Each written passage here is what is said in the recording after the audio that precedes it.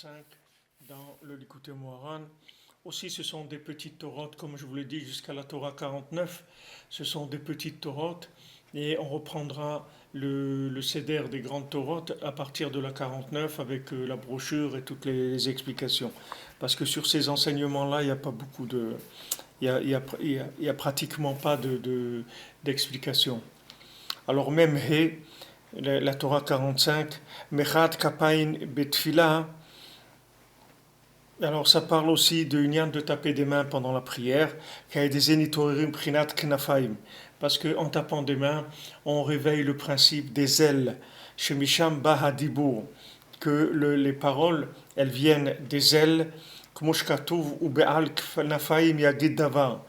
c'est écrit, celui qui a des ailes, il dira la parole. Uktiv vide Adam mitachat kanfehem. Et c'est écrit que des mains humaines se trouvent sous leurs ailes, en parlant des anges.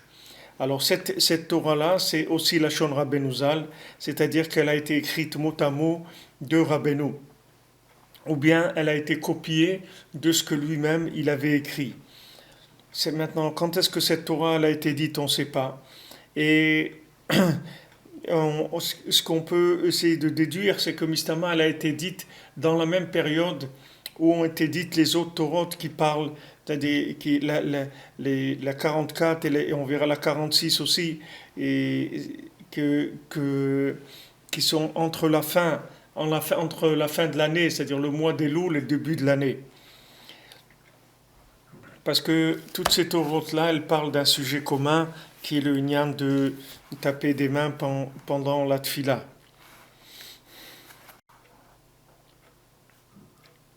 Parce qu'il y a un passouk dans Kohelet de Shlomo HaMelech, il y a marqué Ki of hashamayim yolichet hakol ou ba'al kanfaim yagid davar. C'est écrit l'oiseau du ciel, il va porter la voix, et celui qui a des ailes, il va dire la chose. Et dans le Midrash sur Kohelet, il dit qui c'est le Baal Kanfaim, qui c'est celui qui a les ailes, Zéa Saraf, que c'est un séraphin, c'est-à-dire un ange. C'est-à-dire l'ange, il va amener la parole et il va l'amener devant Hachem. C'est-à-dire, de quoi il veut parler ici? Il veut dire que les paroles, que les paroles elles sont prises par les anges, les paroles de prière, et qui sont dites par les êtres humains, et il les amène devant Akadosh Baruch Hu, c'est-à-dire celui qui a dit et que le monde s'est réalisé. Donc maintenant ici on parle d'un rapport entre les mains de l'homme et les ailes des anges qui vont porter la parole. Donc quand quelqu'un il va taper des mains pendant la prière, et en tapant des mains, il va réveiller cette force-là des anges, des ailes des anges qui vont amener la parole chez Hachem. Tout ça, ce sont des principes spirituels, c'est-à-dire que quand on parle matériellement, c'est sûr qu'on doit le faire matériellement, de taper des mains. Mais quand comme on a dit déjà, il y a rien qui est entièrement matériel. C'est-à-dire tout ce qui est matériel, c'est spirituel, c'est tout des enveloppes spirituelles. Il n'y a pas d'acte gratuit, ça n'existe pas des actes gratuits. Les goïms, ils parlent d'actes gratuits parce que ça les intéresse, puisque eux, ils aiment le gratuit, et ils aiment tout ce qui est gratuit. Parce que tout ce qui est gratuit, ça entretient la personne dans les tavot, dans les plaisirs de ce monde. Tandis que quand on sait que c'est payant, alors les gens ils vont réfléchir deux fois avant de prendre. Quand ils savent que tout se paye, c'est-à-dire que tout a des conséquences. Si les gens ils savaient que leurs actes ont des conséquences, alors ils agiraient différemment. C'est sûr que les gens qui ont été dans cette soirée-là à Paris, au Bataclan, s'ils savaient que ce genre de choses-là, ça peut réveiller de la rigueur et ça risque d'amener la mort, alors c'est sûr qu'ils n'auraient pas été. Il n'y a pas de chez là. D'ailleurs, maintenant, ils vont pas rouvrir cet endroit de sitôt parce que ça reste marqué par le. Pourquoi ils vont pas rouvrir? C'est pas parce qu'ils n'ont pas la possibilité d'ouvrir, c'est qu'ils sont obligés un minimum d'attendre un an pour que les choses elles s'oublient. C'est comme c'est écrit dans la Torah que un mort, alors au bout d'un an, on l'oublie. C'est-à-dire que la douleur du décès de quelqu'un, elle reste un an dans le cœur de l'homme. Donc eux aussi, ils ont décidé comme ça de un an, de laisser fermer un an, de manière à ce que ça sorte du cœur et que les gens ils puissent revenir. C'est sûr que si maintenant ils rouvrent, il n'y a personne qui va venir. Pourtant, qu'est-ce que ça change? Il n'y a pas plus de chance, il n'y a pas plus de chance aujourd'hui qu'il y a un attentat qu'il y avait avant l'attentat. L'attentat est passé et c'est tout. Maintenant, ils peuvent retourner. C'est pas un endroit qui est visé par les attentats en permanence. Mais on voit que l'homme, il est marqué par les situations. Et donc, quand il y a une situation qui vient, elle réveille quelque chose. Et c'est cette chose qu'elle réveille, des fois, elle peut rester très longtemps. Et des fois, quelqu'un, il peut se réveiller pour toute sa vie. Une fois, il y avait un monsieur qui est venu voir Rabbeinu. Mais à l'époque, c'était pas un monsieur, c'était un petit enfant. Il avait 7 ans. Alors, Rabbeinu, il lui a parlé de la mort. C'était un petit enfant de 7 ans. Et Rabbeinu lui a dit, tu sais, un jour, on va mourir et on va aller dans l'autre monde et tout. Alors, tout ce qu'on peut faire dans ce monde, des bonnes choses, des bonnes actions et tout, il faut faire et éviter de faire des choses qui ne sont pas des bonnes actions. Alors, ce monsieur-là, il avait 70 ans et il a dit que toute sa vie, il a vécu avec la parole de Rabbeinu. Cette parole-là, elle l'a tenue toute sa vie. Ça lui a donné de la force que toute sa vie, il a pu rester avec l'intensité de cette parole dans son cœur et ça lui a permis de vivre toute sa vie avec ça. Parce que, si vous voulez, tous les actes de ce monde, ils ont des paroles. C'est ça le principal de l'acte. C'est que l'acte, il est porteur de paroles. C'est-à-dire, l'acte, il est porteur de messages. Tout ce qu'il y a comme action, c'est porteur de messages. Et ce qui est intéressant, c'est le message qu'il y a dans l'action. C'est pas l'action elle-même. L'action elle-même, elle est pas n'importe comment qu'elle soit. Si elle s'arrête au bout à la fin de l'action, quand quelqu'un il a fini de manger, il a fini de manger, c'est tout. C'est qu'il ait mangé du caviar ou qu'il ait mangé du pain, des biscottes, et le résultat c'est le même. C'est pas pendant qu'il a mangé, les quelques secondes ou quelques minutes qu'il a mis dans sa bouche, ça a changé quelque chose. Mais autrement, ça change rien du tout. Qu'est-ce que ça change? Il n'y a pas de changement. Mais celui qui a la émouna, celui qui se branche sur l'esprit qui est dans les actes, alors lui, chaque chose, c'est porteur d'un esprit. Il n'y a rien il y a rien qui est comme ça, qui est une action, un acte gratuit. Donc chez nous, les actes gratuits, ça n'existe pas. C'est pareil que chez nous, c'est pour personne. Mais seulement les gens, ils ont inventé cette notion-là. C'est une notion inventée comme il y a des centaines de notions qui sont inventées dans le monde. Et les gens, ils ont inventé l'acte gratuit, de croire qu'il y a des gratuités dans le monde. Il n'y a rien de gratuit ici. Il faut le savoir, que tout se paye. C'est-à-dire que tout a un prix.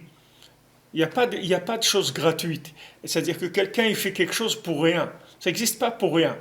Une fois, il y avait le Rav Israël Salanter. Alors, quelqu'un il lui a demandé quelque chose. Quelque chose, il lui a demandé où vous avez acheté votre chapeau, ou je ne sais pas, il lui a demandé quelque chose. Alors, le Rav Israël Salanter, il lui a demandé pourquoi tu me demandes ça? Elle lui a dit Stam, comme ça, je vous demande, sans une intention spéciale. Alors, Rav Israël Salanter lui a dit Stam, ça n'existe pas. Ça n'existe pas quelque chose qui n'a pas une intention. Quand on demande quelque chose, ça veut dire qu'il y a une intention derrière ça. Il n'y a pas il y a pas de choses gratuites dans ce monde. Alors, dans chez les goïms, ils essayent de donner cette notion de la gratuité parce que ça permet de vivre un peu plus light. Ça rend la vie light. On croit que c'est gratuit. C'est-à-dire quelqu'un il va quelque part, il passe une après-midi à regarder un match de football ou un truc comme ça. Alors il croit que c'est gratuit. C'est-à-dire que le massé, il fait ce qu'il veut, c'est gratuit. C'est pas gratuit. La vie, elle a un prix. C'est-à-dire chaque seconde qu'on est un vivant, ça a un prix. C'est-à-dire on est vivant par rapport à quelque chose. C'est-à-dire on attend quelque chose de nous et on est vivant pour ça. Et si maintenant on ne fait pas ce qu'on doit faire ou on fait le contraire de ce qu'on doit faire, alors il y a des conséquences à ça et il n'y a pas de gratuité. Il n'y a aucune gratuité du tout.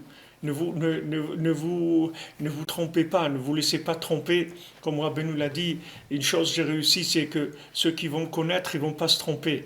Eux, ils ne vont pas se tromper eux-mêmes et les autres ne pourront pas les tromper non plus. Faites attention parce que le gratuit, ça n'existe pas. C'est-à-dire quand on vous dit voilà, que vous achetez une bouteille de shampoing et qu'on vous fait gratuit 20 millilitres ou 20 centilitres, ne croyez pas qu'on vous fait cadeau, on ne vous fait rien cadeau du tout. Ça veut dire que le shampoing, vous l'avez déjà payé le double de ce qu'il coûte. C'est pour ça qu'on vous a rajouté 20 centilitres. Ça n'existe pas un commerçant qui va vous faire cadeau quelque chose. Quand un commerçant il vous fait cadeau quelque chose, ça veut dire qu'il va vous prendre quelque chose qui est beaucoup plus important que ce qu'il vous a donné. Sinon, il va pas vous faire de cadeau, parce qu'il ne faut pas oublier que c'est un commerçant. Donc maintenant, Hachem, il a créé le monde, il a un but dans ce monde-là. Et ce monde-là, il n'y a pas de gratuité. Il n'y a aucun acte qui est gratuit. Il n'y a rien de gratuit. Tout, il y a une intention dedans. Donc ça, il faut le savoir, que quand maintenant on fait une action matérielle, cette action matérielle, elle a une conséquence spirituelle. Donc Rabbeinu, il dit ici, on tape des mains dans la prière. Ces mains-là, on tape des mains, ça réveille les ailes des anges qui vont porter la parole chez Hachem. Nimsa, shal yedei Adam nitorer beyadayim shelo.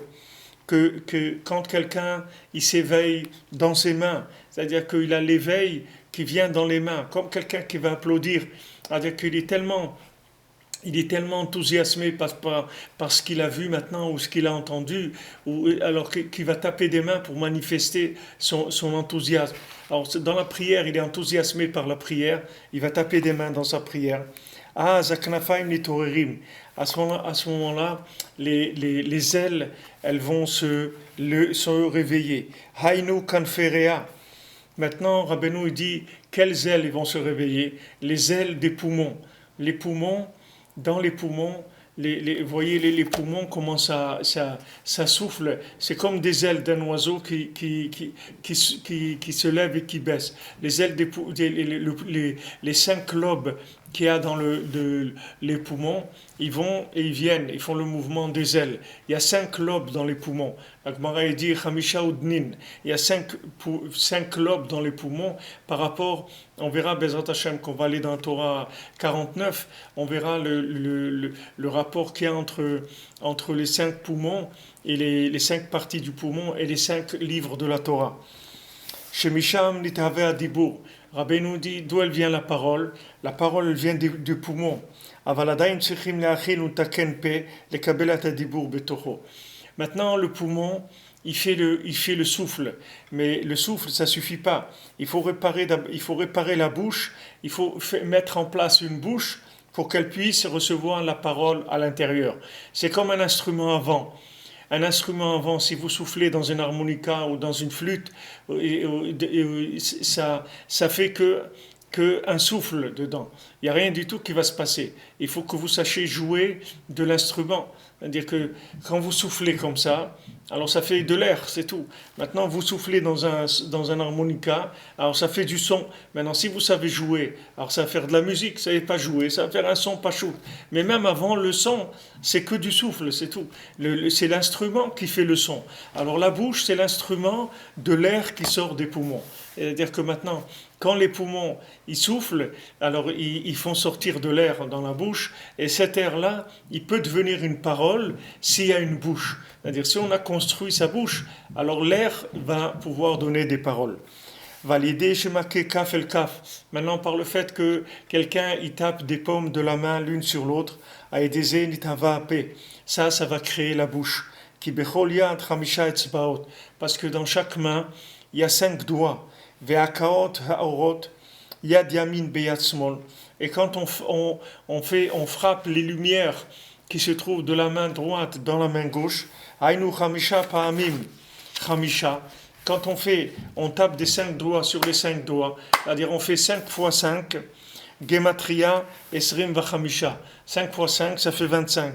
Ve'akayot yad smol beyad yamin chamisha pa'amim chamisha. Et maintenant, quand on fait aussi qu'on tape de la main gauche sur la main droite, c'est aussi 5 fois 5. Alors Rabbeinu dit, quand on tape d'abord de la main droite sur la main gauche, et après de la main gauche sur la main droite. Gematria Gamken Esrim Vechamisha. C'est-à-dire quand on tape comme ça, alors c'est la droite qui tape sur la gauche et la gauche qui tape sur la droite. Donc quand la droite elle tape sur la gauche, ça fait 5 fois 5. Et quand la gauche elle tape sur la droite, ça fait aussi 5 fois 5. Shne Pa'amim Esrim Vechamisha, Gematria Chamishim. 5 fois 5, 20, 5 fois 5, 25, multiplié par 2 fois, ça fait 50. Zeprinat Hamishim Pa'amim Yetziat Mitzrayim chez Nizkar Batora. Ça, 50, c'est quoi? C'est les 50 fois qu'il est mentionné la sortie d'Égypte dans toute la Torah. Si vous prenez toute la Torah, depuis le mot Bereshit, dans le Sefer Bereshit, jusqu'à dans le Sefer Dvarim, la dernière parole, L'Aéné Kol Israël, il y a écrit 50 fois la sortie d'Égypte dans toute la Torah. Parce que par le principe du cinquantenaire, c'est-à-dire du Yovel, ils sont sortis d'Égypte. Donc la sortie d'Égypte, elle s'est notée, c'est-à-dire elle a eu lieu après 50. C'est-à-dire quand il y a eu 50, c'est ça qui a fait la sortie d'Égypte. C'est pour ça que c'est écrit 50 fois le mot sortie d'Égypte dans toute la Torah. Donc Rabbeinu dit ici que quand on tape des mains, alors on fait 5 fois 5 doigts sur 5 doigts, ça fait 25, et de la droite sur la gauche, après la gauche sur la droite, ça fait aussi 25, ça fait 50, et 50, c'est les 50 fois qui est écrit Yetziat Mitzrayim dans la Torah, c'est le cinquantenaire. Alors Rabbeinu dit Veikar Galut Mitzrayim Shaya Dibur Begalut. Alors qu'est-ce qui s'appelle l'exil d'Égypte? C'est la parole qui était en exil. C'est pour ça que Moshe Rabbeinu il bégayait. Pourquoi Moshe Rabbeinu il bégayait? Parce que la parole, elle était en galoute. Le tzaddik, lui, il reçoit toute la galoute de l'état du monde. C'est-à-dire tout l'état du monde, c'est quelque chose qui se reflète chez le tzaddik. C'est-à-dire quand maintenant le Ham Israël, il est dans la galoute de la parole, alors le tzaddik il bégaye. Le tzaddik il n'arrive pas à parler normalement parce que la parole elle est en galoute, elle est en exil. Maintenant par la Géoula, il y a eu la bouche qui s'est faite. C'est ça la délivrance. C'est-à-dire que maintenant, une fois que quelqu'un il s'est rendu compte qu'il a de la parole, alors c'est le début de la délivrance. Tant que quelqu'un il n'a pas pris conscience de la force qu'il a dans sa parole, alors ça, il vit en Égypte. Le jour où il va prendre conscience qu'il peut parler, alors il va commencer à sortir de l'Égypte. Comme un enfant, tant qu'il n'a pas conscience qu'il parle, qu'il peut parler, et se faire comprendre par la parole, alors il est très nerveux parce que il n'arrive pas à communiquer, il communique avec des gestes, avec de l'agressivité, etc. Maintenant, quand il va commencer à parler, il va se calmer parce qu'il va voir qu'il peut se faire comprendre avec des paroles.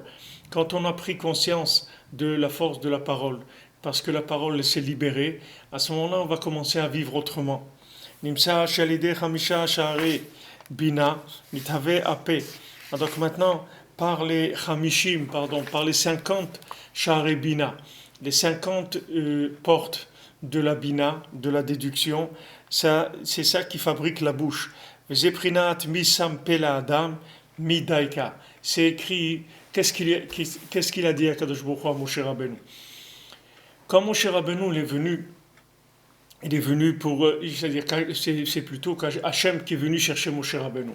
Il est venu le chercher, il lui a dit voilà, tu vas aller sortir mon peuple d'Égypte. Alors Moshe Rabbeinu, il lui a dit tu as mal choisi, comme on dit, tu es mal tombé. Tu es tombé que sur moi, regarde, moi je suis kavetpé, je bégaye. Maintenant, toi, tu me dis que je dois aller sortir le peuple, c'est-à-dire sortir le peuple du problème de la parole, puisque maintenant on dit que tout l'exil d'Égypte, c'est un exil de la parole. Maintenant, tu me dis de venir sortir le peuple de cet exil, mais moi-même, j'ai ce problème-là. Moi-même, j'arrive pas à parler, je bégaye. Comment tu veux que j'aille les sortir? C'est-à-dire que si moi j'ai le problème, comment tu veux que j'aille les sortir? Alors Akadosh Baruch Hu, il a dit à Moshe Rabbeinu, Mi sampe la Adam. Qui est-ce qui a donné la bouche à l'homme? Alors Mi, c'est même Yud, c'est Gematria 50. C'est-à-dire 50, sampe la Adam. C'est le 50, la 50e porte de la Bina. C'est elle qui donne l'ouverture à la parole. Alors maintenant, qu'est-ce qu'on voit d'ici? Qu'est-ce qu'on voit d'après là où on se trouve maintenant dans la Torah déjà?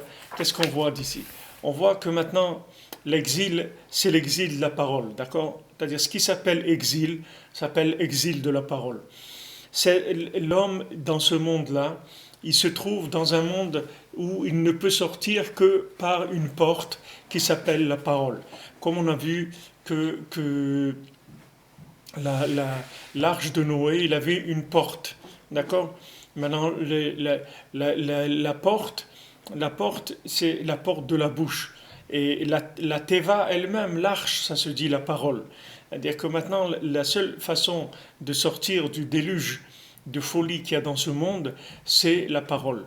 C'est-à-dire quand on est tombé dans les 50 portes de la Touma, dans la 50e porte de la Touma, dans laquelle nous on se trouve depuis longtemps, et qu'on a dépassé la 50e porte de la Touma, la seule façon de lutter contre la 50e porte de la Touma, qui est l'attaque du virtuel, l'attaque de l'imaginaire, la seule façon d'en sortir, c'est par la parole. Sinon, on ne peut pas sortir de là-bas. Parce que la 50e porte de la Touma, c'est une porte qui est au-dessus de toutes les mesures de la logique qu'il y a dans le monde. Je m'explique. Je vous ai déjà expliqué ça plusieurs fois, mais c'est quelque chose qu'il faut bien rentrer, parce que une fois qu'on vit cette chose-là en permanence, après, ça nous aide énormément pour pouvoir parler avec Hachem, une fois qu'on comprend que c'est la seule chose qui nous reste. Maintenant, il y a 49 portes de la Touma et il y a 49 portes de la Gdusha. C'est-à-dire que maintenant, ces 49 portes de la Gdusha, c'est aussi des portes de Bina de la Gdusha, c'est-à-dire de déduction de la Gdusha. Alors quand vous avez ce monde-là, comme il est, dans les normes, comme on dit les normes, c'est-à-dire que dans la norme, dans la normale de ce monde, il y a 7 mesures, il y a 7 midot, qui sont Chesed, Gvura, Tiferet, Netzach, Hod, Yesod, Malchut. 7 sphirotes. Ces 7 sphirotes, elles donnent tout ce qu'il y a dans le monde. Tout ce qu'il y a dans le monde, c'est par rapport à une sphira. C'est-à-dire, elle a une mesure. Sphira, ça veut dire compter. Ça veut dire qu'elle est comptée. C'est-à-dire, chaque énergie qu'il y a dans le monde, chaque matière, tout, elle est composée de ces sphirotes-là. Il y a un peu de celle-là, un peu de l'autre, des fois beaucoup plus d'une, beaucoup de l'autre. En tout cas, tout est mesuré. Tout ce qu'il y a dans ce monde se mesurer. D'accord? Donc maintenant, c'est une guerre. C'est une guerre entre le bien qu'il y a dans la chose et le mal qu'il y a dans la chose. Mais c'est une guerre qui est avec les mêmes armes. C'est-à-dire quand maintenant, par exemple, quelqu'un va se faire attaquer sur la mida de chesed, c'est-à-dire on va l'empêcher de faire le chesed, on va le serrer dans le chesed, qui ne puisse pas faire du chesed. Par exemple, on va lui interdire de faire de la tzedaka, on va dire que c'est pas vrai, que la tzedaka qu'il fait c'est du blanchiment d'argent, que quelqu'un il peut pas donner 1 million d'euros à la tzedaka, ça n'existe pas, etc. Bon, ça c'est des épreuves qu'il va avoir, mais il peut lutter contre ça en se faisant comme ils font les grands milliardaires dans le monde, c'est la mode, ils créent leur propre fondation de tzedaka. C'est la mode en Amérique, au Canada aussi, c'est comme ça. Toutes les familles de riches, ils ont leur propre fondation. S'ils s'appellent par exemple Friedman, alors vous allez voir Friedman Foundation. C'est-à-dire qu'ils ont la fondation Friedman, c'est-à-dire ils ont leur propre association pour faire du chesed dans le monde. Donc eux, d'un côté, Esav, il empêche de faire la tzedaka, parce que Esav, lui, ses mains, c'est une caisse enregistreuse, c'est-à-dire il fait que prendre, et donc il faut se battre avec Esav. et trouver des moyens pour pouvoir donner de la tzedaka sans être dérangé par ça. Mais c'est une lutte avec les mêmes éléments. C'est-à-dire qu'on lutte avec des éléments qui sont logiques. C'est-à-dire, quand on parle des 7 sphirotes, ça parle d'une logique dans les sphirotes. Il y a une logique, ce sont des forces qui sont pour et des forces qui sont contre. Et on se bat avec les mêmes armes et on peut arriver à gagner. Parce qu'on est à égalité sur le terrain. Et ce sont tous des mesures, des deux-mesures, des démesures, etc. Mais on est toujours dans des valeurs qui se maîtrisent. Maintenant, après les 49, il y a la 50e. La 50e, c'est terminé. C'est-à-dire que quand on passe dans la 50e, on ne peut plus se battre. On est obligé de poser les armes. On ne peut pas se battre. Pourquoi on ne peut pas se battre? Parce qu'il n'y a plus de mesure. Il n'y a plus de mesure. C'est-à-dire que maintenant, regardez par exemple ce qui se passe avec le terrorisme. Maintenant, si vous avez un ennemi qui est un ennemi qui se bat avec des choses, des outils, des façons normales de se battre. Il vient, il fait la guerre. Il fait la guerre, d'accord? Il y a une armée, on se met en face, on fait des tranchées, ou on fait ce qu'on fait, et on fait la guerre, c'est tout. Mais ça, c'est pas une guerre normale. C'est une guerre de la 50e porte. C'est-à-dire que n'importe quoi, ça peut être utilisé pour faire des attentats. N'importe qui, n'importe quoi, n'importe où, ça peut se faire. Ça veut dire qu'il n'y a plus de mesure. C'est-à-dire que maintenant, les gens, ils vont rentrer. Si ces attentats ils continuent de façon soutenue, les gens, ils vont rentrer dans un stress qu'ils ne pourront plus supporter du tout. Parce que quand la personne, elle prend conscience que si elle rentre dans un supermarché, ça peut lui arriver, que si elle rentre dans un bus, ça peut lui arriver, que si elle va dans un café, ça peut lui arriver, donc la personne, elle va dire, où est-ce que ça ne peut pas m'arriver? Nulle part. Donc la personne elle va rentrer dans une hystérie de folie. Vous comprenez? Ça, c'est la 50e porte. C'est-à-dire quand la 50e porte, elle attaque, c'est l'imaginaire qui attaque, c'est le virtuel. Le virtuel, c'est le délire virtuel. Vous savez, vous pouvez voir un petit peu ça. C'est une réaction humaine. Que, par exemple, quand vous cherchez quelque chose, vous avez besoin, vous cherchez quelque chose d'important. Disons que vous cherchez vos clés. Vous avez besoin de sortir de la maison, vous cherchez les clés de la maison ou de la voiture ou truc. Vous avez besoin de vos clés, vous ne les trouvez pas. Alors vous cherchez, vous commencez à chercher normalement. C'est-à-dire, vous voyez où c'est que où c'est que vous aurez pu les poser. Donc vous dites, voilà, je suis rentré, donc peut-être dans mon manteau, peut-être dans ma veste, peut-être dans mon sac, peut-être sur la table de la salle à manger, peut-être à la cuisine, peut-être j'ai eu un appel téléphonique, j'ai pas fait attention, je les ai posés sur le lit ou un truc, voilà. Ça c'est, là vous êtes dans un raisonnement logique. Mais si vous ne trouvez pas, vous allez rentrer dans du délire. Après, vous allez vous mettre à chercher dans des endroits où il n'y a aucune chance que vous les auriez mises là-bas. C'est-à-dire, c'est pas possible que vous ayez mis les clés là-bas. Et Stam, pourquoi vous cherchez là-bas? Parce que vous commencez à délirer, c'est tout. Parce que vous commencez à rentrer dans de l'hystérie. L'hystérie, elle vient du fait que vous avez épuisé la logique. Quand vous avez épuisé la logique, c'est la folie qui vient. Alors maintenant, nous, on est là, depuis que Rabbi Nachman il est venu dans le monde, on est là. C'est-à-dire depuis la République, depuis 1789, on est dans cette folie-là. C'est-à-dire c'est l'explosion de la folie. C'est-à-dire que les gens, ça part dans tous les sens. C'est-à-dire c'est n'importe quoi. C'est-à-dire que la République, c'est du n'importe quoi, c'est de la folie totale. Il n'y a rien dans la République. Tout celui qui se lève, il fait n'importe quoi. Regardez tous les gens qu'il y a eu, c'est du n'importe quoi. Il n'y a aucun cédère. Il n'y a aucun cédère. Ils sont incapables de faire quoi que ce soit pour gérer la vie des gens. Les gens, ils sont de plus en plus malheureux, de plus en plus malades, de plus en plus stressés, de plus en plus dépressifs, de plus en plus de divorces. Ils se marient de moins en moins, les gens. La vie, elle est de pire en pire. Ils ne peuvent rien faire du tout parce que c'est un système de folie. C'est pas un système normal. C'est pas un système normal.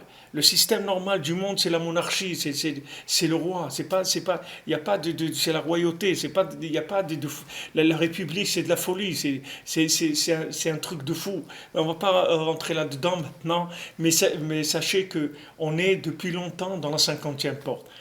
Maintenant, pourquoi Hachem il a fait sortir le Ham Israël d'Égypte? Pourquoi il nous a fait sortir d'Égypte? Nous, on devait rester 400 ans en Égypte, d'accord? Maintenant, au bout de 210 ans, Hachem il a dit, il faut que je vous fasse sortir, parce que si vous ne sortez pas, vous n'allez plus jamais sortir de là-bas. Pourquoi maintenant, à cette époque-là, quand ils étaient à la 50e porte, proche de la 50e porte, ils sont arrivés à la 49e, il a dit, je vous fais sortir, et nous, qui sommes dans la 50e depuis 2 siècles et demi, pourquoi nous maintenant, Hachem ne nous sort pas? Pourquoi Hachem nous a laissé rentrer dans la 50e porte? Parce que la différence, c'est que quand on est sorti d'Égypte, on a fait sortir la parole de l'exil. C'est ça la sortie d'Égypte. C'est-à-dire la sortie d'Égypte, ça n'a pas été une Géoula Shlema, ça n'a pas été une délivrance totale, mais ça a été une délivrance partielle. Une délivrance partielle, ça ne veut pas dire que c'est pas une délivrance. C'est une délivrance, mais partielle. C'est comme quelqu'un, vous dites, voilà, vous le laissez sortir, mais voilà, il va sortir de prison, mais le soir, il doit retourner dormir à la prison. Mais le jour où il est libre, il va travailler, et le soir, il rentre en prison, il dort là-bas. Voilà, ça, c'est ses clauses maintenant de libération. C'est comme ça qu'on va le libérer. Avec cette façon de vivre ambivalente là. Nous, c'est la même chose. On est sorti d'Égypte, ça veut dire que la parole chez nous, elle a été libérée. Du moment où la parole a été libérée, on a reçu la Torah. Avec la parole, on a reçu la Torah.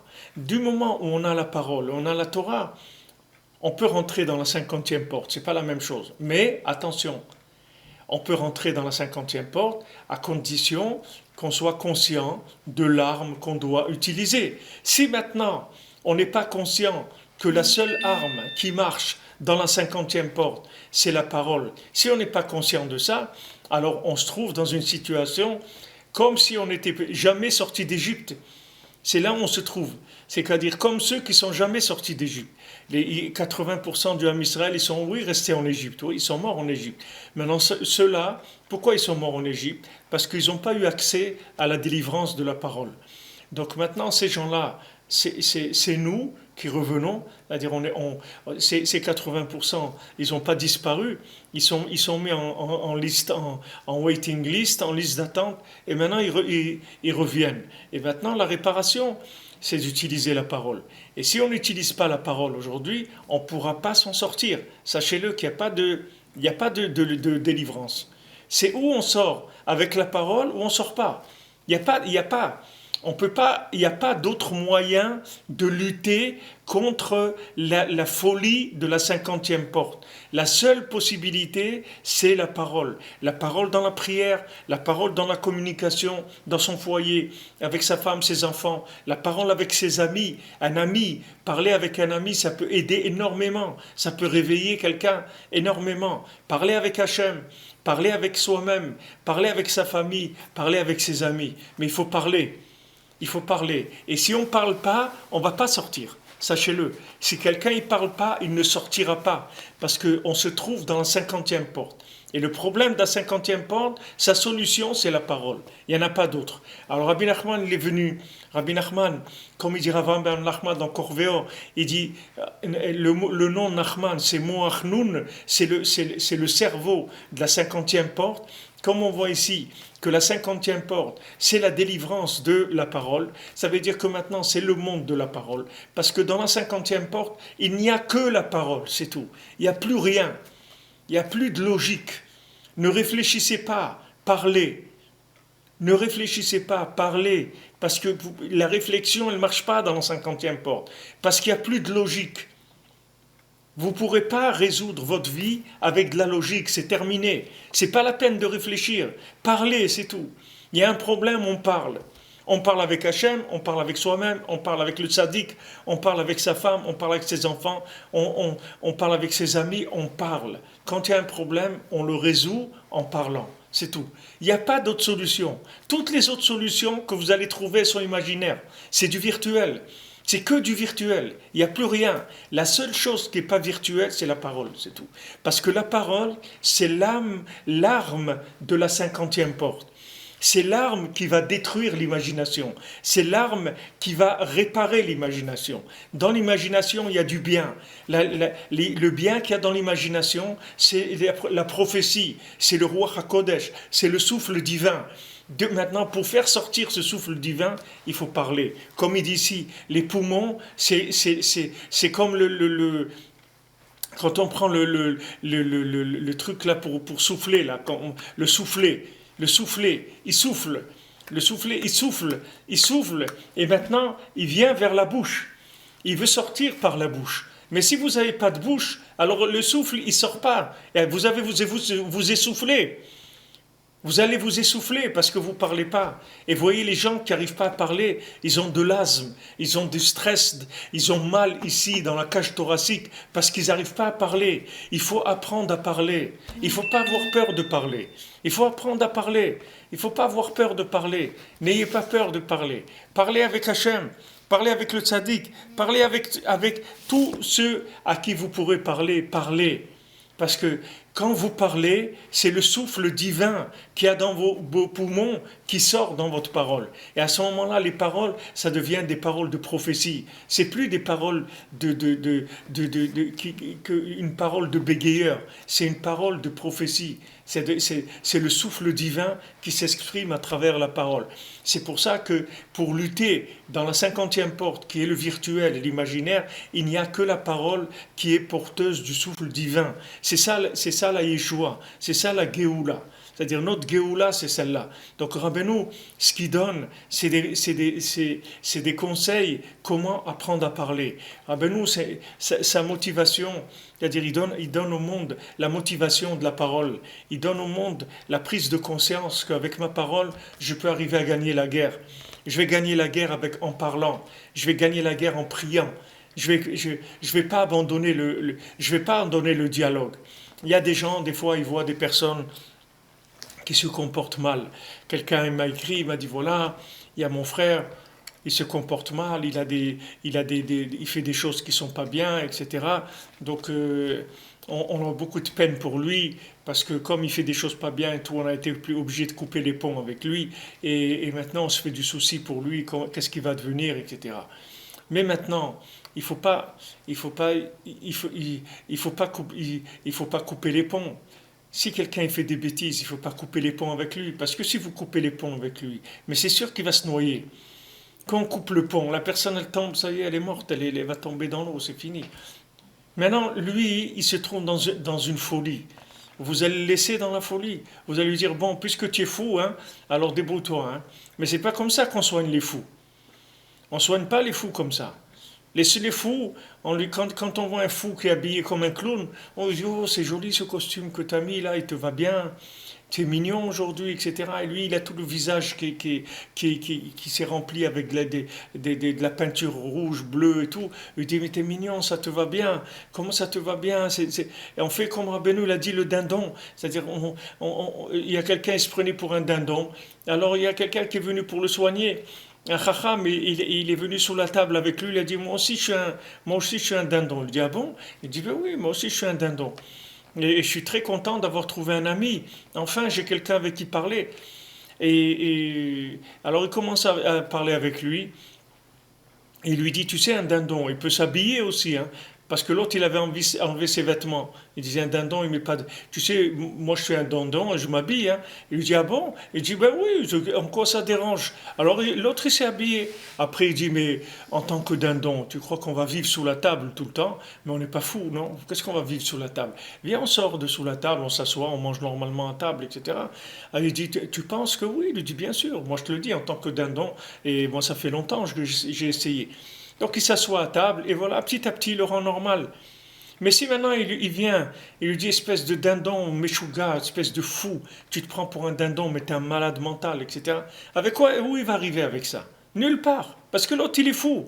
Mais lui, il ne sait pas qu'il est fou. Lui, il croit qu'il est normal. Donc, est-ce que vous allez parler avec lui? Ça sert à rien de parler avec lui, de sa folie. Il faut parler avec lui dans un langage qu'il comprend. Il faut venir avec de l'amour pour lui, avec de l'affection, avec de la compréhension, avec de la miséricorde. Et il faut parler et lui rentrer avec une parole dans laquelle il y a une communication véritable.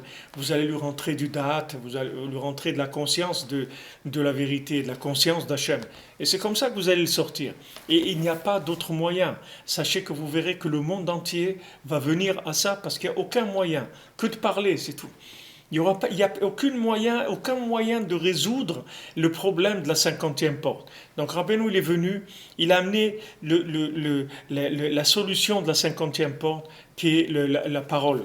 Alors cette parole-là, elle va descendre dans le monde, comme maintenant, à Hanouka, la parole, elle va descendre en bas, là où personne n'est jamais arrivé à parler, dans des endroits où c'est le silence total. Là-bas, elle va descendre la parole, elle va commencer à faire son travail. Donc il faut utiliser tous les conseils que Rabbeinu donne pour arriver à parler avec Hachem. D'abord, être conscient et être convaincu qu'il n'y a pas d'autre moyen de communication. Ne vous imaginez pas que vous allez vous en sortir autrement. Parce qu'aujourd'hui, la réflexion, elle sert à rien. Parce que quand vous réfléchissez, vous vous trouvez dans un monde virtuel. C'est comme si vous vous trouvez dans un écran d'ordinateur. Vous vivez dans l'écran de l'ordinateur. Donc maintenant, là-bas, dans l'écran d'ordinateur, comment vous voulez faire des manipulations qui soient vraies? Vous ne pouvez pas. Vous vivez dans un monde virtuel.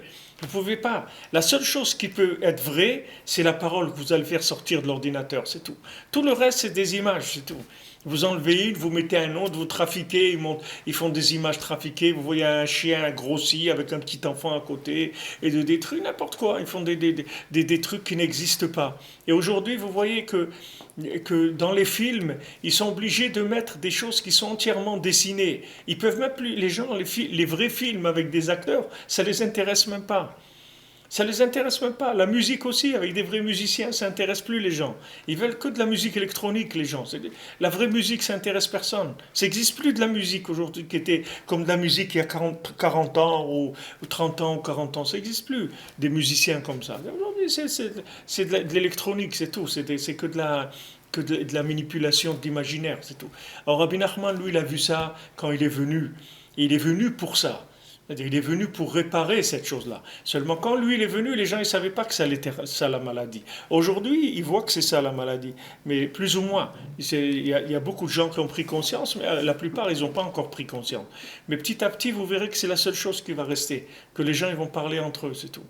Et la seule chose qui pourra rester, c'est la communication. Que les gens ils vont communiquer entre eux, ils vont se parler, ils vont se donner des conseils, ils vont publier des conseils, ils vont essayer de dialoguer, de se donner des repères dans la folie. C'est-à-dire, on se donne des repères dans la folie. Comme Rabbeinu il a raconté le maassé de la moisson de la folie, c'est-à-dire on va avoir un repère sur le front, c'est-à-dire qu'on va avoir un signe qu'on sait qu'on est fou et que donc on doit parler. Parce que si on ne parle pas, alors on est perdu complètement. On doit parler, il faut parler tous les jours. Il ne faut pas avoir peur de parler. Il ne faut pas avoir honte de parler. Il faut parler tous les jours, tous les jours. Et même si c'est dur de parler avec Hachem, il faut faire un effort.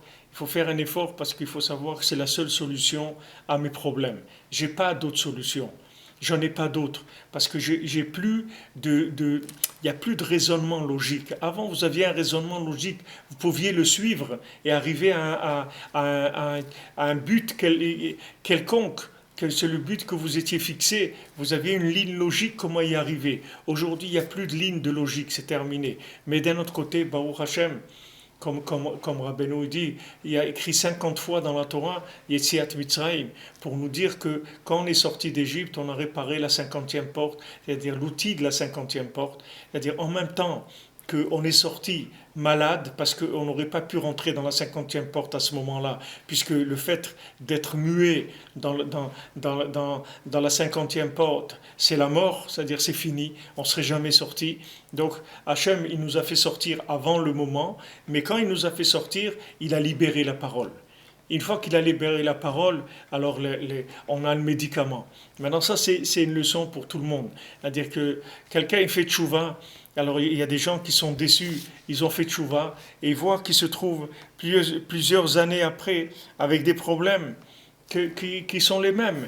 C'est-à-dire qu'ils n'arrivent pas à résoudre les problèmes qu'ils avaient avant. C'est pas parce que quelqu'un s'est engagé dans la Torah qu'il va devenir miraculeusement en 2 minutes, il va devenir quelqu'un d'autre, ni en 2 mois, ni en 2 ans, ni en 10 ans. C'est quelque chose qui ne se répare qu'avec la parole. Parce que si quelqu'un il essaie de réparer son passé en faisant la guerre, en se battant, il ne va jamais y arriver. Parce que s'il avait pu se battre, il se serait battu déjà quand il était là-bas. Il n'aurait pas eu besoin de tomber dans des endroits comme ça. S'il avait la force de se battre, il serait battu au premier round. On ne l'aurait pas mis KO. Mais si on l'a mis KO au premier, au deuxième, au troisième, ça veut dire que c'est pas sur le ring qu'il va s'en sortir. Il faut qu'il cherche une autre solution, parce que c'est pas celle-là. Et la solution, Rabbeinu la donne. La solution, c'est la parole. Tu veux faire tchouva, tu veux changer, c'est avec ta parole. Ta parole, elle va changer ta vie. Mais sinon, ta logique, elle changera jamais ta vie. Tu peux raisonner tant que tu veux. Quand tu arriveras dans l'action, tu vas voir que tu es fou. Donc tu pourras pas. Tu vas voir que tu manipules des éléments qui sont qu'au moment où tu veux les utiliser, ils ont déjà changé ils ont déjà changé. C'est plus les mêmes. C'est plus les mêmes. C'est-à-dire ces éléments-là, ils sont plus les mêmes. Donc comment tu veux faire? C'est comme si quelqu'un veut faire une recette et chaque élément de la recette, il change sans arrêt. Comment vous voulez qu'il fasse une recette? Tu peux pas. Une recette, il faut 10 grammes de ça, 100 grammes de ça, 500 grammes. Mais maintenant, il n'y a plus. Il n'y a plus de grammes, il n'y a plus rien. Il n'y a plus d'instruments de mesure, rien. Comment tu vas faire? Tu peux pas, jamais tu vas réussir la recette. Alors la recette, c'est que de parler, c'est tout, il n'y en a pas d'autre. Rabbi Nachman, il a amené ça, et c'est comme ça que ça va être. Et le Mashiach, c'est tout ce qu'il va faire. Il va dire aux gens, et vous savez que vous avez une bouche, comme il a dit, Mi sam pel Adam. Qui a donné une bouche à l'homme? La 50e porte, elle a donné une bouche à l'homme. Hachem, il a donné à Moshe Rabbeinu le signe de la Géoula de Mitzrayim. Il lui a dit, Mi sam pel Adam, je vais te donner une bouche. Qui est-ce qui fait les bouches? C'est moi, oui, c'est Hachem. Alors je vais te donner une bouche, tu vas voir que tu sais parler mieux que tout le monde. Ne crois pas que tu bégayes pas du tout. Tu bégayes parce que tu crois que la parole elle est en exil, tu as raison, mais maintenant ça y est, je vais la sortir. Mi sampel à Adam. La 50e porte, elle va donner la parole dans la bouche de l'homme. Et à ce moment-là, il va sortir d'Égypte, il va sortir de la galoute dans laquelle il est. C'est fini la galoute. Celui qui parle, il n'est plus en galoute. Les gens qui sont en galoute, c'est des gens qui ne parlent pas. C'est des gens qui sont têtus, qui ne veulent pas écouter aussi. Parce que parler, ça, c'est écouter aussi. C'est pas parler, c'est pas un truc qui va dans un sens. Il faut ouvrir les oreilles aussi. C'est-à-dire que les deux, on parle. Il y a des gens, leur femme, elle leur donne des conseils, elle leur dit de faire des choses. Il faut l'écouter, parce que sa femme, c'est de la parole. Une femme, elle a entièrement de la parole. Une femme, elle a reçu 9 mesures de parole. C'est-à-dire qu'une femme, elle est la parole divine. Quand une femme, elle est cachère, une femme cachère, c'est la parole divine. Un mari qui a une femme cachère, il doit être content parce qu'il a un porte-parole d'Hachem dans sa maison. Il doit l'écouter, sa femme. Et si sa femme, elle veut aller à Ouman, il faut qu'il l'encourage d'aller à Ouman. Sa femme, elle veut faire des choses, il faut l'encourager parce que lui, c'est le premier qui va gagner de ça. C'est le premier qui va gagner du fait que sa femme, elle se rapproche d'Hachem, qu'elle se rapproche du tzaddik. Lui-même, il va gagner de ça. Mais il faut écouter aussi. Il faut un peu d'humilité. Il faut descendre de son grand, comme on dit, son grand cheval. Il faut descendre un petit peu. Qu'est-ce que tu as compris? Même si tu as compris, la compréhension ne sert à rien. Donc ça y est, c'est fini. C'est pour ça qu'à la fin, c'est écrit Iteta tesavev gaver. C'est écrit qu'à la fin des temps, la femme, elle va entourer l'homme. Ça veut dire qu'elle va entourer l'homme. Ça veut dire que c'est la femme, c'est la parole, c'est la prière. C'est elle qui va entourer le cerveau. Parce que le cerveau, il ne pourra plus raisonner du tout. Il ne pourra plus raisonner puisque tous les éléments, ils sont virtuels. Comment tu vas raisonner? Avec quoi tu vas raisonner? Pour raisonner, il faut que tu saches qu'une chose, c'est une chose. Et ça, c'est à sa place, ça, c'est à sa place, ça, c'est à sa place. Ok, maintenant, on va raisonner. Mais imagine-toi, maintenant, tu as un jeu d'échecs devant toi et tu as les pions, ils bougent en permanence. Qu'est-ce que tu vas faire? Ils bougent et en plus, ils se transforment. Ce qui était la tour, ça devient un cheval, et ce qui est le roi, ça devient la reine, et ce qui est un truc, ça devient ça. Tu ne peux pas jouer du tout. Échec et mat, c'est tout. Les chèques et les morts, c'est tout. Il y a rien à faire. On ne peut rien faire. Il n'y a pas de logique. Il faut que vous compreniez que la logique, elle est morte. C'est fini. Il n'y a plus de raisonnement. Vous pouvez raisonner tant que vous voulez. Il sort des choses qui n'ont pas de racines. Les gens ils disent nous allons lutter contre le terrorisme, nous avons pris les mesures adéquates pour protéger nos citoyens. Mais tout ça c'est du pipeau, de quoi tu parles? Quels moyens tu as? Quels moyens? Tu n'as pas de moyens, ils te sortent de n'importe où. Voilà, ce matin, ils ont tué 14 personnes aux États-Unis. Et comme ça, tac, ils rentrent. Allez, 14 personnes liquidées. Qu'est-ce qu'il y a? Rien, tu ne peux pas savoir. Qu'est-ce que tu vas garder? Tu vas garder toutes les entrées des immeubles, mais il te faut une armée plus grande que le nombre d'habitants. Alors comment tu vas faire? Si tu as pays de 50 millions d'habitants, il te faut une armée de 100 millions de personnes pour garder. Et même comme ça, tu seras pas, parce que même dans l'armée, il va y avoir des gens qui sont de là-bas. Tu peux pas, c'est fini. Il n'y a pas de logique, mon ami. Il n'y a pas de logique. Assieds-toi et mets-toi à parler, c'est tout. Parce que si tu ne parles pas, tu verras que ces choses-là, elles vont inonder le monde. Tu ne peux pas, il n'y a pas de logique. Donc maintenant, dans son foyer, dans les gens qui sont proches, les solutions, elles se trouvent dans la discussion.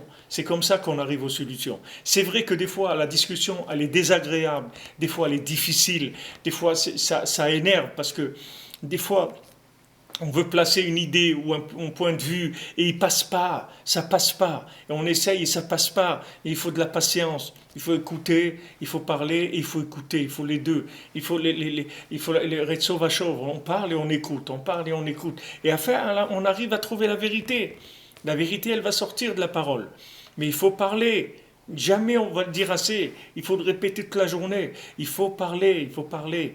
Tout est dans la bouche. Alors regardez comment Rabbeinu, il vous amène ça. Regardez comme c'est merveilleux, comment il explique ces choses-là. Regardez comment on a l'outil qu'on a en nous extraordinaire. On a des poumons qui respirent la vie, comme on dit. Il y a la vie dans les poumons. Il y a les 5 chroumachim de la Torah dans les poumons. On respire la vie. Et cette vie qu'on respire, il faut se fabriquer une bouche pour qu'elle puisse chanter, pour qu'elle puisse parler. Il faut se fabriquer un instrument. Quand vous fabriquez un pipeau, une clarinette, un truc, une trompette, ce que vous voulez, un trombone à coulisses, ce que vous voulez. Mais il faut parler. Il faut faire sortir le son par la bouche et exprimer des paroles qui sont des paroles de vérité, des paroles de recherche, des paroles qui expriment le vouloir de se rapprocher d'Hachem. C'est tout ce qu'on a besoin de faire. Et ça, c'est plus grand que tous les raisonnements du monde. Ça dépasse tous les raisonnements du monde parce que c'est la 50e porte, Sam la Adam. C'est ça qui met la bouche dans l'homme. Alors Rabbeinu dit, Nimsa Shaliede Mechat Kaf. Donc on voit que par le fait qu'on tape des mains, Chamisha Etzbaot Yamin, Vechamisha Shebiat Smol, que 5 de la droite sur la gauche et 5 de la gauche sur la droite, Nitave Prinat Mi, ça va créer Mi, c'est-à-dire la 50e porte. Chez Aliada Nitave Pe, que ça va créer la bouche. Comme Misam Pe la Adam, comme c'est écrit dans le Pasuk, que Hachem il a dit à Moshe Rabbeinu, qui a donné une bouche à l'homme, mi, qui est valeur numérique 50, c'est-à-dire nun, c'est comme si on disait nun, sam pare pe la Adam. Maintenant, la bouche, elle reçoit ces paroles des poumons, des ailes des poumons. Comme c'est écrit, et celui qui a des ailes, c'est lui qui va dire la chose. Et maintenant, ces knafaim, c'est-à-dire ces ailes, elles se réveillent avec les mains de la personne. C'est écrit, il y a des mains humaines sous leurs ailes. C'est-à-dire, qu'est-ce qui fait bouger leurs ailes? C'est les mains de l'homme. Vekol ze anu roim bechush. Et tout ça, on peut le voir physiquement. Shayadaim hem keneged kanferea. Que les mains, elles sont par rapport au lobe du poumon. Ou bishvilize amwa poskim nishbar agaf samuch laguf trefa ki bevadai nikev al yedeze area. C'est pour ça que les poskim, les décisionnaires dans l'halakha, ils ont dit que si par exemple maintenant on a un poulet, que ce poulet-là, il a l'aile qui s'est cassée, mais proche du corps. C'est-à-dire l'aile, elle a son départ dans le corps, et après elle s'étend. Maintenant, si on voit que l'aile, elle a été cassée, mamache juxtaposée au corps de la volaille, c'est sûr que la volaille, elle n'est pas cachère. Parce que ça veut dire que les poumons, ils ont été troués. Si maintenant là-bas il y a un coup à l'endroit où l'aile elle rejoint le corps, ça veut dire que les poumons ont été troués. Donc on voit que l'aile elle est complètement collée avec les poumons. Et nous c'est la même chose. Nous si vous regardez nos bras d'où ils viennent aussi, c'est comme les ailes d'un oiseau. C'est-à-dire l'origine de nos bras, c'est là où il va se trouver. Rabbeinu dit. Donc c'est sûr que ça a été troué par les poumons, ils ont été troués comme ça.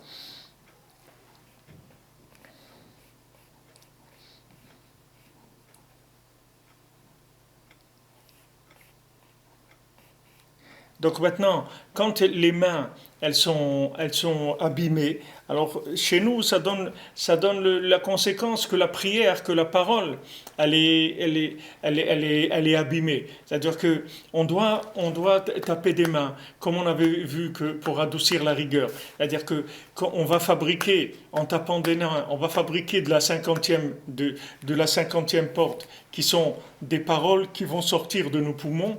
Et à ce moment-là, la parole est libératrice. C'est-à-dire la parole, c'est elle qui va amener la délivrance. Par ce principe-là, par le fait qu'on est enthousiaste dans la tfila, qu'on tape des mains, que ça fait réagir nos poumons, et que la parole va sortir et qu'il soit une parole de souffle divin. C'est-à-dire que si maintenant on a l'intention de trouver Hachem et on le cherche avec notre parole, c'est-à-dire que comme Hachem dit, Petar pira ve'amal ehu, ouvre ta bouche, je vais la remplir. C'est-à-dire qu'on cherche Hachem, mais le moyen de chercher Hachem, c'est plus en réfléchissant.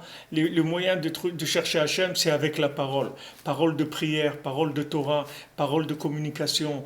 Mais il faut parler. C'est là où se trouve la solution de notre problème. C'est comme ça qu'on va arriver à tout, Bezant Hachem. À la refoua, à la parnassa, au mariage, aux enfants, au Yishuv Eretz Israël, à la Géoula, Bezant Hashem, Shlema.